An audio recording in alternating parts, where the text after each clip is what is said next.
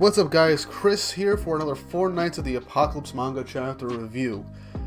Oh boy, this chapter, it had a lot. It was a mixed bag in the best way possible.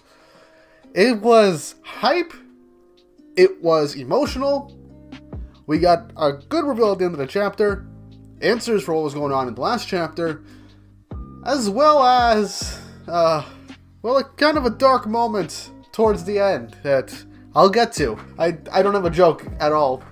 I want to do more jokes in my videos, but I feel like I don't really need the joke for this one. But anyway, before we get into the actual video, don't forget to like and subscribe and hit the notification bell for updates on future videos. It really does help. Also, don't forget to follow me on Instagram and Twitter at TheGreekWeeb for updates on the general stuff that I'm up to as of right now. With all that said and done, let's get straight into the video. Chapter 54 of the 4 Nights of the Apocalypse.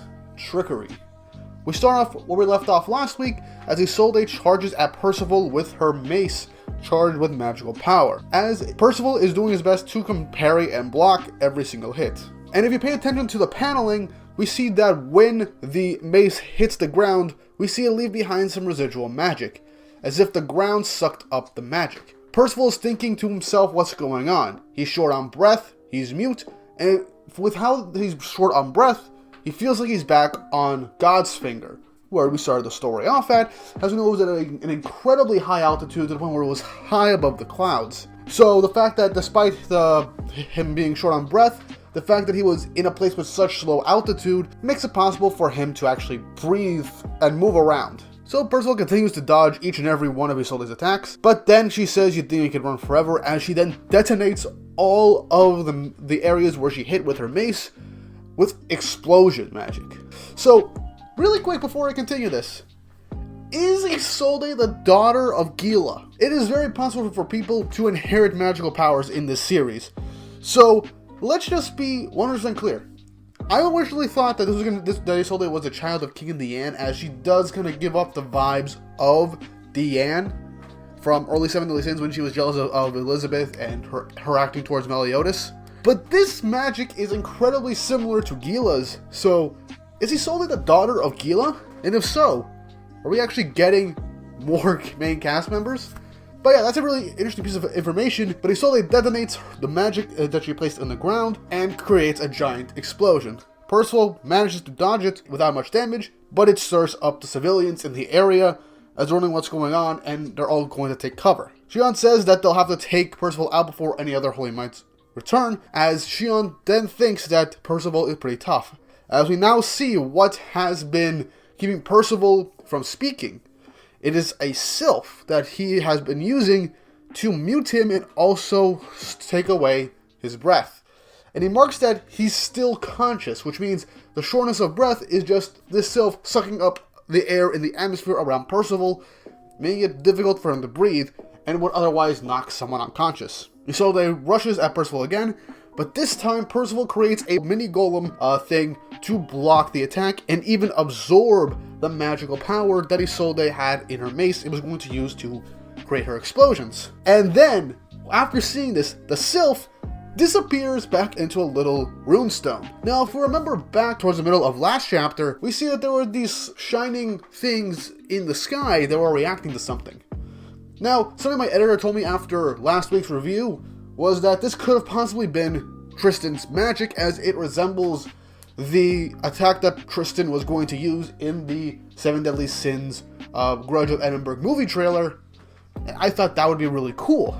But in this chapter, it seems like it pretty much debunked that theory, as those seem to be sylphs or familiars that perhaps are owned by Holy Knights, particularly Shion. But yeah, Percival's magical power scared the sylph. And while Percival's magic doesn't seem too threatening, the thing literally just disappeared, probably thinking that it was going to get absorbed. And they're wondering what the magic is. And Percival just being all, I can breathe normally and I can talk too. That's awesome. Isolde is shocked about her magic being absorbed, and the Percival golem thing tries to follow her as she's trying to run away. As we get a countdown, as the magical power explodes right in Isolde's face, knocking her back. As she then thinks about Tristan. Percival's trying to tell him to knock it off, and that he's wondering what the hell he even did to them. He states that he is Percival, and he's here because the King of Leonis called for him. But then all of a sudden, things get dark. Percival realizes that it's night all of a sudden. But the other Holy Knight, I'm sorry for forgetting his name, as I don't remember his name, states that he may have taken out Isolde, but it's all over for him now.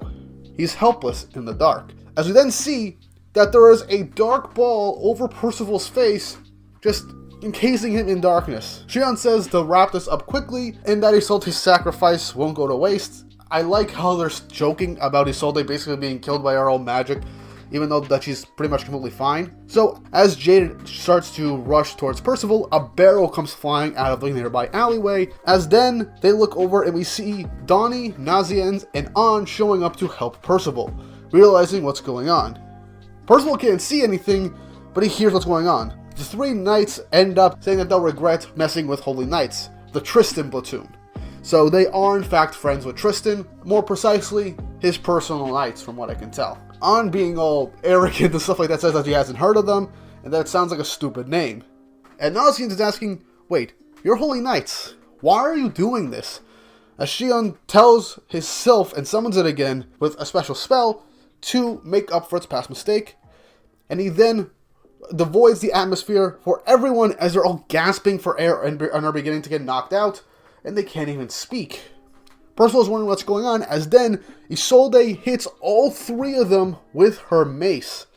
And yeah, Suzuki's not going easy on how brutal this looks, as it looks like she just hits them all in the vital areas with very devastating hits. An tumbles towards Percival, and he catches her in his arms. He's still not seeing anything, but he feels her wounds. As we get a flash of Naziens and Donnie on the ground, these seem to be fatal blows. And I like how there's like a simple nothingness in the background, just like the outlines of Percival and the others down on the ground. Isolde's basically saying that ganging up on them, they'll never defeat a royal Holy Knight. Percival staggers up, as Shion is arrogantly saying that he's the last one. Too scared to speak? He knows that he is purposefully making it so that Percival can't speak, but it's possible that his friends don't know that he can do that. But then, as Percival's getting up, seemingly in anger and just shock, he states, from what it looks like, it could be a spell. And now, I don't know what this is. It could be ancient runic magic. It could be the demon language. But it's Halora Indu. Now, I don't know what this is.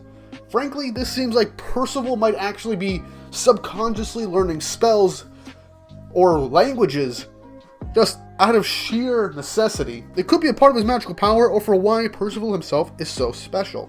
Again, I'm not entirely sure, but just as Percival says that, all three of them get a shock as they look over and someone walks towards them.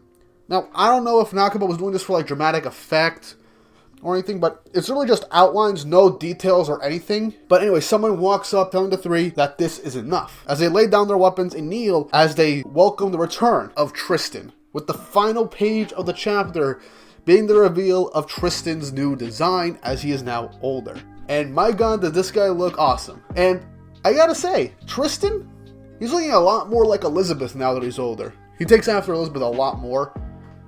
And as much as I would have liked him to look a little bit more like Meliodas, primarily with the shape of his hair for the most part, he takes after his mother. But yeah, this chapter had a mixture of emotions, starting off with a pretty epic fight scene, and Percival getting the upper hand, managing to get out of the sticky situation he was in, being placed in another sticky situation, and then having us giving a bit of a glimmer of hope with the main group showing up. I mean, they took out the Dark Talismans, they could handle the Tristan platoon, right?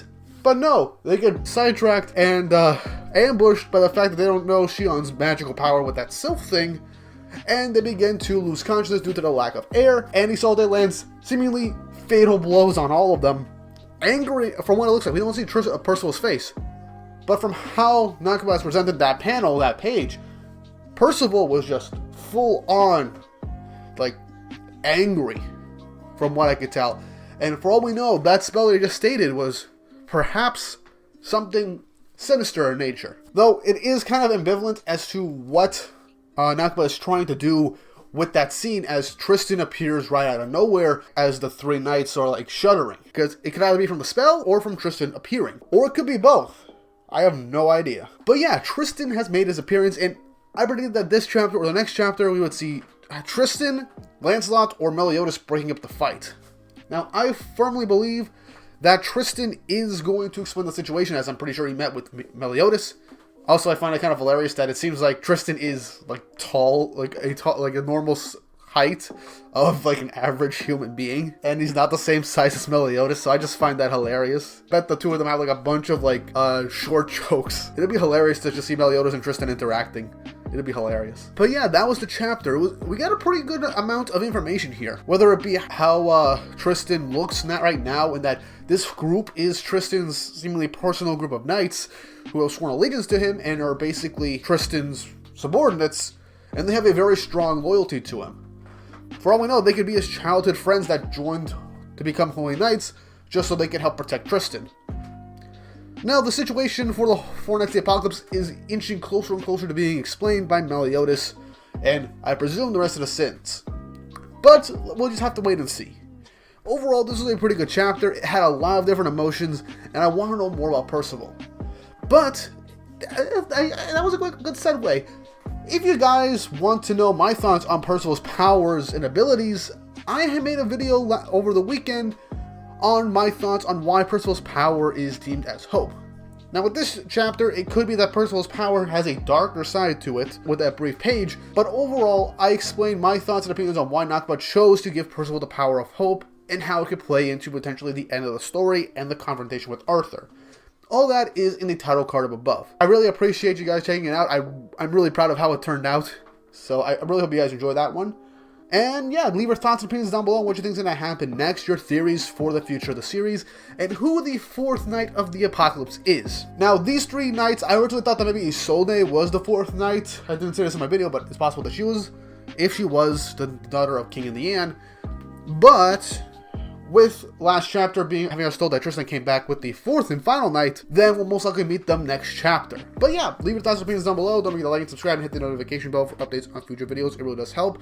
Also, check out my Patreon and Ko-fi accounts if you want to support the channel more directly, as I really do want to keep making videos for you guys, whether it be Four Knights as the main focus, as well as other stuff like the Magi blind reviews, and maybe me getting back and doing Eden Zero content and other types of manga and anime reviews in the future. With all that said and done, I hope you guys enjoyed this review. I hope you guys enjoyed the chapter. And until next time, I hope you all have an awesome day.